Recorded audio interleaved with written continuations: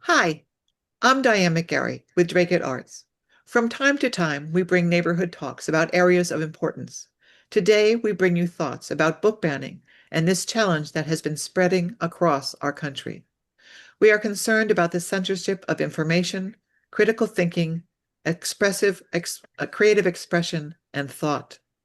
Here to explore these questions with me today, our co-host, Tom McGarry, Moses Greeley Parker Memorial Library Assistant, Reference Librarian, Kay M. Crawford, and ASL interpreter, Gay. Kay, what do you see as the library's role in censorship? So, what I see the role of the library is as a defender of intellectual freedom and the right to read, and to kind of help set some basic terms and some knowledge about this topic that's very important to me, both personally and professionally. I have a short slideshow that I'd love to share. Great. Yes, please do. It should take me just about 10 minutes to get through so that then we can have a conversation. Thank you All so much for right. doing that. Yeah, thank you for having me. I am so happy to talk about this. Alrighty. So, there we go. And huzzah. All right. So, what is intellectual freedom? Intellectual freedom is the rights of library users to read, seek information, and speak freely as guaranteed by the First Amendment. Intellectual freedom is a core value of the library profession and a basic right in our democratic society. A publicly supported library provides free, equitable, and confidential access to information for all people of its community. And this is a bedrock of democracy and community building that we have. I have just a short excerpt from a much longer library bill of rights that the ALA has, as well as American publishers. And I'm just going to read the first two paragraphs to get a little bit more information on freedom to read. The freedom to read is essential to our democracy. It is continuously under attack. Private groups and public authorities in various parts of the country are working to remove or limit access to reading materials, to censor content in schools, to label controversial views, to distribute lists of objectionable books or authors, and to purge libraries. These actions apparently rise from a view that our national tradition of free expression is no longer valid, that censorship and suppression are needed to counter threats to safety or national security, as well as to avoid the subversion of politics and the corruption of morals. We, as individuals devoted to reading and as librarians and publishers responsible for disseminating ideas, wish to assert the public interest in the preservation of the freedom to read. Most attempts uh, at suppression, rest on a denial of the fundamental premise of democracy that the ordinary individual, by exercising critical judgment, will select the good and reject the bad. We trust Americans to recognize propaganda and misinformation and to make their own decisions about what they read and believe. We do not believe they are prepared to sacrifice their heritage of a free press in order to be protected against what others think may be bad for them. We believe they still favor free enterprise in ideas and expressions. All right. And then now I have some data that was released by the American Library Association for 2025 regarding the rise of censorship that we see across the country, including the state of Massachusetts. And so this graph here shows what things are being banned, challenged, or censored. And so the grand majority of things are books and graphic novels, 68%. These are people issuing challenges about titles and asking the titles to be removed or reshelved somewhere else. The next highest thing is access, which includes library closures, pulling funding, and in really unfortunate and frightening cases, things like bomb threats. Oh gosh. There is a rise of violent rhetoric towards librarians, and it's quite alarming, especially as the entire premise of librarianship is that we are here for the community to make sure that everybody has free and equitable access. And so Where the challenges are happening are primarily at public libraries. 51% of all Mm. challenges are happening at public libraries, followed by school libraries is about 37%. And then much smaller percentage are school curricula and higher education. So most of these are about public access to information, and most of them are multi-title challenges, which I'll go over a little bit about what I mean by that in a second. And Thank you. so there's a graph here that is showing the censorship increases over time. So it's percentage of total titles targeted by organized campaigns starting in 2001. And based on this trend, I just wanted to ask what folks think the percentage. I kind of hid 2020 and 2025. I was interested what you think the where we're gonna go, where we're gonna get to, based on this trend. Well, I actually personally happen to know that it's been increasing, which is why we're doing this program. Mm. Because I find it frightening. I really believe in freedom of speech and freedom of expression. Mm. And you can't have that if you censor people's thought and you censor the availability of literature and art. Because literature is one form of art. Absolutely. Absolutely. Tom, what do you think the percentage is going to get to? Clearly higher, I would guess 20 or maybe even 25%. Hmm. All right. I think it gets up Well, to 30 actually, but Mm. I'm actually sad to say that we get up to Ooh, 92%. well, It is an incredible and dramatic increase from just in 5 years, from 2020 to 2025. It went from 25% to mm. 92%. Now. In the entire in from 2001 to 2020, it was an average of 46 titles per year were challenged. From 2021 to 2025, that average went up to 5,238. Oof. Yeah. That's I really wanted to impress like the sheer volume and Mm. incredible increase that we've seen.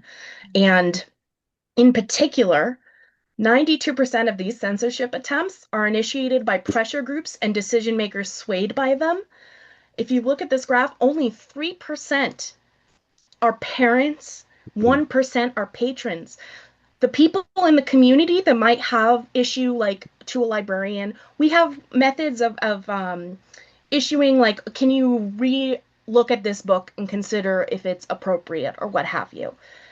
It's only 4% of people in the actual communities that are issuing challenges. Everything else is being conducted by pressure groups and those swayed by them. And so when we're talking about multi-title challenges, this is what's happening is that there are oftentimes these are hate groups that do not like particular subjects, especially subjects that involve Black and Brown people, immigrants, and LGBTQ plus individuals, and they will just put in challenges to ban materials across the board, and they will just do multi-title challenges, and they will flood these libraries or schools with these challenges in order to try and increase pressure to get them removed from the shelves and from these communities. And this hurts everyone. of course Mm. it does. Mm. But the thing, I feel like sometimes, like with for us, I think we really understand that. But I really want to bring that home that this isn't just something that hurts the marginalized communities that we're discussing, although they are especially hurt by this. It hurts everybody to have limited access to information and the human experience. Because regardless of how you feel, the reality is that we live in a diverse and multicultural society, and having people create and reinforce compassion and empathy is so important in not just for children but for adults too. And removing these materials, which I will remind are these are materials that are already professionally understood to be shelved correctly, right? Like librarians determine what book is appropriate for, the children's library versus the young adult section, right? Things like that. That's already being done. It is people thinking that this material is not appropriate at all and should be removed. And so, like I said, it hurts everyone, but especially people of color, immigrants, the queer community, indigenous people, religious minorities, and neurodivergent individuals. These are all different marginalized communities that are deeply hurt and affected by these book bans. Um, and so the top 3 books that were banned last year, the number one was Sold by Patricia McCormick, which is a book about a Nepali girl who was sold into sexual slavery. This is a book geared towards high schoolers, and while it is fiction, it is based on the real interviews that Patricia McCormick had with young girls and women in the region of Nepal. The second one is The Perks of Being a Wallflower, which is a coming of age story, and it has the main character through letters navigate friendship, first love, mental health struggles, and surviving trauma. And the last one is Genderqueer Memoir, which is an illustrated memoir where Maya Kobabe traces her journey to understand her binary and asexual identity. It's very deep and personal and candid, and a lot of times when it is being challenged for one graphic panel taken out of context that shows a piece of Greek pottery that displays love between 2 men. So for those of us who haven't seen air, EIR, that is a Yes. pronoun. It is a neopronoun. And so neopronouns, there's a bunch of different kinds, but it is the one that the author ended up feeling most comfortable to use. Maybe you can And talk about that more later, but go on. Sorry. yeah, sure.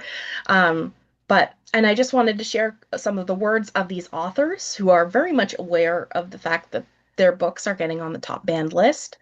Patricia McCormick says, "To ban this book is to erase the young people around the world who are currently enslaved. To ban this book is a disservice to the women who shared their stories with me so the world could know about their plight. And to ban this book is disrespectful to the young readers who want to know about the world as it is so they can make a difference.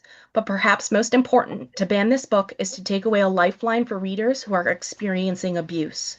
These kids know what adults often don't. Books aren't the problem, they are part of the solution." And then Stephen, I feel bad that I do not know how to pronounce this author's last name, Chbosky. I apologize, Stephen, if I am getting it wrong, but he says, "This book is my love letter and wish for every kid who is struggling with identity, because at the time I was writing it, I was struggling with my own. Banning books gives us silence when we need speech. It closes our ears when we need to listen. It makes us blind when we need sight." And the last author quote from Maya: "Queer youth are often forced to look outside their own homes and outside the education system to find information on who they are. Removing or restricting queer books in libraries and schools is like cutting a lifeline for queer youth, who might not even know what terms to ask Google to find out more about their own identities, bodies, and health." And so we've talked a lot about the harms of banning books, but I also want to talk about the benefits of diverse books, why we want them, besides the fact that just free expression and our First Amendment rights. So in a time when we're dealing with a lot of people trying to improve literacy rates, get kids to read, having access to diverse books means kids read 4 more hours per week on average. Having a greater diversity of materials is interesting and fascinating, and it increases the love of reading and engaging with that material. 99% of educators agree that a diverse classroom library is important, both so that every student feels represented and seen in their literature, but also so that everyone gets an opportunity to learn and understand about people unlike themselves. For over 60 years, studies have shown that increasing access to diverse books spurs literacy rates, and research shows that diverse books can deepen language development and spark imagination, which are both things that we love to hear. And that is the wrap of my slideshow. And I just have resources. And then I will post a link to my slideshow in the chat so that people can refer back to it. And I know that these sessions are preserved on YouTube, and there can be a link to that as well. Sure. Thank you very much, Cool. Kay. That Yeah, was that's great. great. Yes. Thank you. It's always frightening to me to take a book off the shelf. And I have to admit that there was one book that I was reading with my kids when they were younger and I was homeschooling them. And I was very upset because I thought it wasn't age appropriate. And I just said, I think you should look at this and put it in young adult as opposed to children's. But, but that's a different type of judgment call than just taking it off the shelf. I did not want it taken off the shelf. I wanted it looked at in a different perspective. There's so many books that I'm glad that I had the opportunity to read, and I've asked a few people, is there a book that you read that you wished you hadn't seen? And I haven't had anybody say, yes, I wish I hadn't read something or other. I mean, I wish I hadn't read The Scarlet Letter, but that's because I just found it boring in school. There's no book I've ever been upset to have read, right? Sure. There are, however, books I wished I'd found earlier that would have helped me out with just growing up and becoming a person. And when you're talking about things like children's literature, where maybe a parent might see some material and think it's inappropriate, absolutely, you can go to your librarian, ask them to review the material. But one of the things I always tell people is that libraries are not here to tell families what is appropriate for their children. That is the caregiver and parent's responsibility to determine what materials they think are right for their kid. Because some children might be the same age, but at vastly different levels of maturity and like reading skill, right? So like I happened to be, someone who read slightly, above grade level. And if I hadn't had access to more mature books, I would have been extremely bored. And that would have really hindered my like enjoyment of reading. And that's one of the biggest things to getting someone to be a lifelong reader, is to make sure that they enjoy reading and it's something that is challenging them in the right way. Yeah. It's hard as a parent to read every book before your kids read it. I truly Oh, do think that at absolutely. some point it was Absolutely. just impossible to do, right? But there's a there's also a point where if you have a good relationship with your child and they're reading something and they have a hard time with it, they will bring it to you. Or maybe they'll bring it to another adult they trust and say, what the heck is this? Right. I don't understand this. Or did the Holocaust really happen? Was there really a trail of tears? All these things are really important. And to eliminate access to them, clearly I'm in the camp of don't ban books. Yeah. Well, because if you start with that, I was talking with a friend of mine. We're both of an older generation. And about 30 years ago, there was a discussion about banning certain artworks from prison cells. And they were talking about what makes it art and what makes it pornography. And they wanted to take out photos, some Renaissance paintings, some Greek art, because they were of naked people. But that's what they did. And those are great works of art.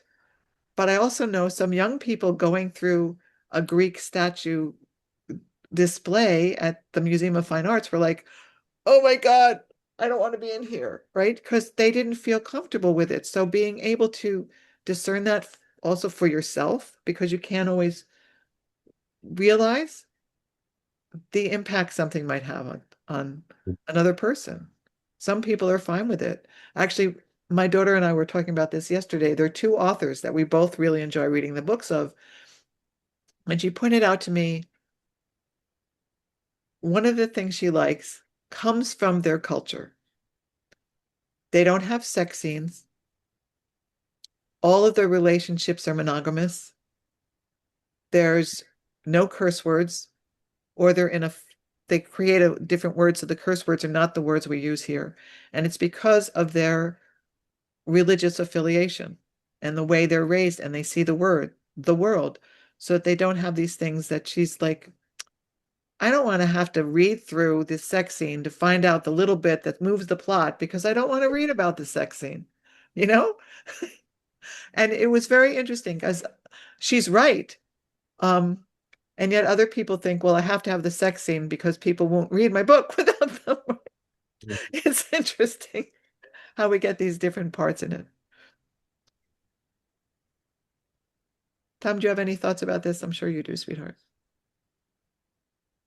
I think there's a big difference between forcing people to see or read something and uh, taking it away so nobody can see it. So if it's available, there's still a choice on the part of the individual or the parents, or if there's a good relationship, like was described earlier, between the child and the parents, they can ask, what's this? Is this, what's going on here? Because sometimes there's a lot of really sick stuff out there, but I would not expect to find that in libraries. I would expect that to be reviewed by people who have some understanding of the stages of development of kids, and would probably exclude something like, you can still find it on the internet, but it's available, but people make their own decisions, and libraries should make almost everything available, I think. Yeah, I've never met a librarian, a public librarian, I should say, who's into segregation and banning. Yeah, it's just antithetical to the entire purpose of libraries. Like I said, it is as much about like our democratic rights as it is access to art and things like that. It's you should, as an American citizen, you have every right to pursue learning and information from as wide a range as possible. And it is your right to self-determine what you read and what you learn and how you engage with that material. It's not somebody else's job to tell you what you can and cannot read. Mm.